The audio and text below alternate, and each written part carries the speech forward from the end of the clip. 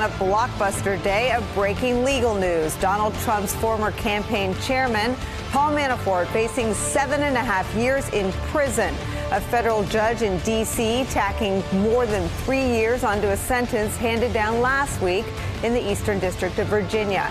That judge, Amy Berman Jackson, delivering her rebuke of Manafort and his lawyers in waves of repudiations of his lies, his crimes, and his excuses.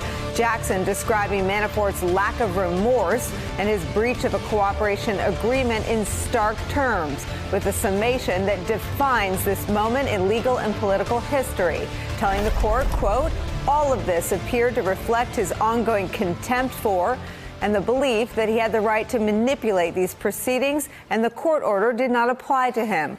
All of this was a problem for me, because court is one of those places where facts still matter. And prosecutors in Manhattan, apparently another place where facts and crimes still matter, effectively pardon-proofing Manafort's sentence moments after Judge Jackson issued her sentence. The Manhattan DA indicted Manafort on 16 counts of fraud and conspiracy. And if you need a more glaring example of how far we are operating from normal, pardon-proofing a convicted liar, cheat, and perpetrator of fraud from the President of the United States is what happened today. That's where we start with some of our favorite reporters and friends. Former Assistant Director for Counterintelligence at the FBI, Frank Figliuzzi, former Chief of Staff to Vice Presidents Joe Biden and Al Gore, Ron Klain. Aaron Blake is back. He's senior political reporter for The Washington Post. And with us at the table, Barrett Berger, a former federal prosecutor for the Southern District of New York, where not much is happening these days. Just kidding. And MSNBC political analyst Elise Jordan, former aide to the George W. Bush White House and State Department. We're glad you're back. Frank Figliuzzi, let me start with you. This was a day, and sadly they're few and far between, when law and order won out. Yeah, today we saw, the big takeaway for me, Nicole, is we saw our justice system working today. Warts and all, blemishes and all, we may not be thrilled with outcomes and sentences. We may see disparities between sentencing in the Eastern District of Virginia and in the District of Columbia. But today, when you take in totality the sentencing in federal court today, coupled with the immediate filing of indictments against Manafort at the state level, this is what our system of laws is about. And it's really about checks and balances and no one being above the law. It's a good day for justice today. Ron Klain, remarkable, though, that even today, with her comments making so clear how far Manafort, he was a hardened criminal, as the special counsel described him in their sentencing memo. She said he displayed no remorse. She said he was someone who flouted the law even when he was ensnared in it. Donald Trump singing a very different tune. Let's watch Donald Trump shortly after the sentencing. Well, I feel very badly for Paul Manafort. And, he worked for Ronald Reagan very successfully. He worked for John McCain. He worked for Bob Dole and many others for many years. And I feel badly for him. Will you pardon Paul Manafort? I have not even given it a thought as of this moment. It's not something that's right now in my mind. I do feel badly for Paul Manafort. Ron Klain, we already know that pardons were dangled by John Dowd, president's lawyer, a couple lawyers ago in the Russia probe for Manafort and Flynn, prior to, I believe, the indictments of both men. And the president still incapable of ruling out something, an action that may actually imperil him. Yeah, look, I mean, I think that the conviction obviously is significant, as you said, about law and order, but also for what it says to us about Donald Trump. This was the man that Donald Trump put in charge of his campaign. He now becomes the first president ever to have, while in office, his campaign chairman go to jail. That's a permanent mark and tells us a lot about Donald Trump. I mean, he said, Nicole, that he was going to get the best people. He said that he was going to drain the swamp. And instead, he hired the biggest alligator in the Washington swamp to be his campaign chairman. And today, that alligator got turned into shoes and a belt. And it was a long time coming. But I think what this says about the legal system is important. But what it says about President Trump and his campaign is also important. I think it says something, too, about message coordination. So we heard Donald Trump. We heard the judge flatly rejecting this argument that he'd shown any remorse. Here's Paul Manafort's lawyer making eerily similar arguments. Two courts have ruled no evidence of any collusion with any Russian. That's not what Part she number said. two. Very sad. That's not what she said. Very sad That's not day what she said. for such a callous, harsh sentence that is totally unnecessary. Any idea when the Mueller report is coming down? I have no idea. Have no idea. I can only tell you one thing. Again, that was proven today. No collusion. No collusion. So the guy, the criminal defense lawyer, I mean, this is like, sometimes you just have to hit pause. Hang on. The criminal defense lawyer representing the dude who's so dirty that no campaign from Ronald Reagan on touched him. So dirty, such a bad guy. And I worked on a few of them. I'm old. No one touched him because he was such a bad guy. Trump's like, oh, let's shine off this dirty, dirty, dirty penny and use him. Is saying the same thing as the criminal defense lawyer for that bad, dirty guy. Yeah, and more importantly, what the judge said today during sentencing is that collusion was just a non sequitur. I mean, she basically said, Correct. We're not talking about collusion because you weren't charged with collusion. Right. So all of this swirling around, this is just political messaging. This has nothing to do with Paul Manafort was actually charged with, what he was facing, or really what he did. So this is just noise, and the judge really nailed that point today during the sentencing hearing. And Elise, I guess it just still, and maybe I should get over it, but it still startles me when a criminal defense attorney for a guy going to prison for 7 years and the president use the same words within 20 minutes of one another. And as if they have the same messaging place. As if they have the same brain. And what shocked me is that, and I know we shouldn't be shocked, this is just so predictable. I'm bringing shock back. Go ahead, be shocked. That Donald Trump said exactly what the judge said. This is not true. I am not making a judgment on collusion today. Yet that's what he leads with when he stands up to speak, because this has been his MO. It's his MO every single day to just lie, lie, lie when the facts don't suit his agenda. Aaron Blake, Ron Klain made the most important point from a political standpoint. This is the first time that a sitting president's former campaign chairman has been sent to jail for 7 years. This is still an historic moment in American politics. Yeah, and I was saying that after last week when a lot of people thought that he got off lightly with a 4.5-year sentence. I mean, that 4-year sentence, rather, was more than twice as long as some of the main figures in the Watergate scandal. And this was one guy who was getting all of this. You know, I think if anything, the whole no collusion thing today really crystallizes something that we have seen in both the Michael Flynn case and also the Roger Stone case to some degree or another.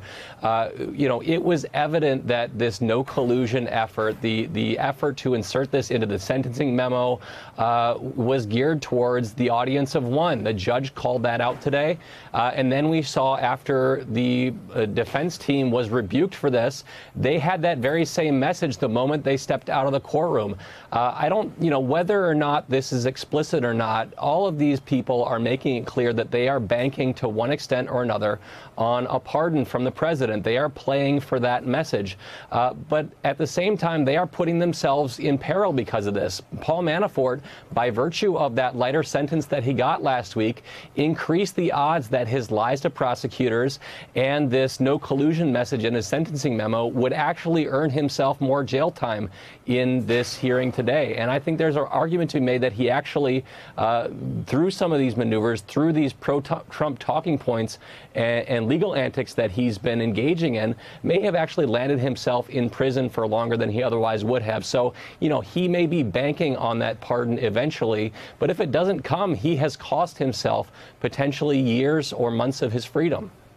Frank Figliuzzi, people banking on pardons. I mean, just that phraseology, that true statement of where we are, that convicted felons may in their own mind be banking on pardons. That's the effect. The cause is what I talked about before, that the president's lawyer a couple lawyers ago reportedly dangled pardons before Paul Manafort, before Mike Flynn. We know that Michael Cohen and conversations about pardons for the president's former fixer are under investigation by at least 3 bodies, by the Southern District of New York, by the Mueller investigation, and now by at least 1 congressional committee. Can you talk about how investigators and prosecutors look at pardons and the dangling of pardons? It seems to me like one of the tactics that make people like yourself and Jim Comey and Andrew McCabe talk about the Trump family and the Trump organization as being more akin to a mob family.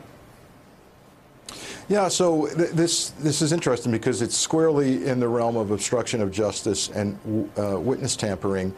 And the thing about the neat thing about working corruption is if you get a human source or 2, you've got your case made. And there's been recent reporting in the media that there are cooperators on the topic of dangling of pardons. And I would caution people to not get caught up in this he said about who approached who first, because it almost doesn't matter at the end of the day in terms of initial approach. So if Cohen's attorney went first and said, hey, what about a pardon?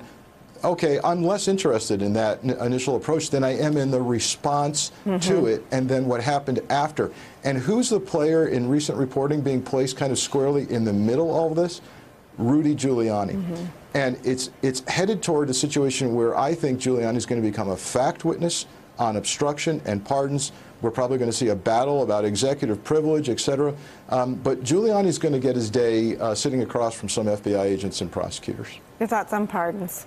Yeah, I mean, I think pardons are something that's really difficult for prosecutors to deal with when they're trying to build their case, because it kind of throws the whole incentive structure on its head. I mean, usually when you're dealing with a defendant, you're trying to convince that defendant that it's in their best interest to cooperate. You talk about, okay, this is the sentence that you're facing. This is, the likelihood that you're going to get convicted. This is why you should try to cooperate or plead guilty. Like a come to Jesus kind of moment. Exactly. When there's a pardon out there, that makes that conversation almost impossible. And I think we can assume that that could be one of the reasons why Paul Manafort's cooperation agreement blew up as spectacularly as it did, because he didn't have that traditional carrot and stick that other cooperating witnesses might have had. And what do you make of the new charges today? 16 new counts charged by the Manhattan DA, essentially pardon-proofing Paul Manafort. No pardon that the president could issue, if he were so inclined, would spare him from those charges and those crimes. Yeah, not a good day for Paul Manafort. I mean, first getting the sentence, sending him to jail essentially for over 7 years, and then these new charges.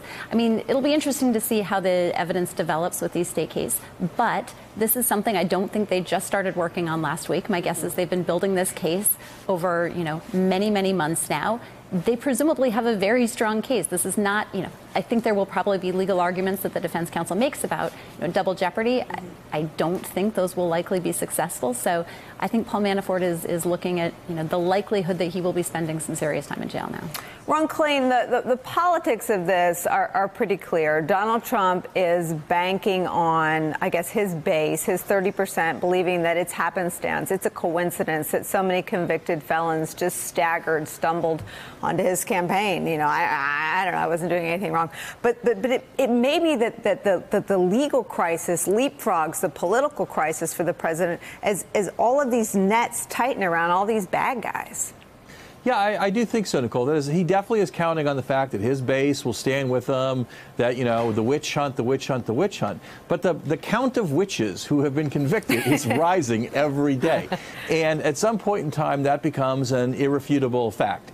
And as these people actually go off to jail, I think right now, to people just watching this casually, it's a bunch of lawyers yelling and screaming and a bunch of processes and procedures.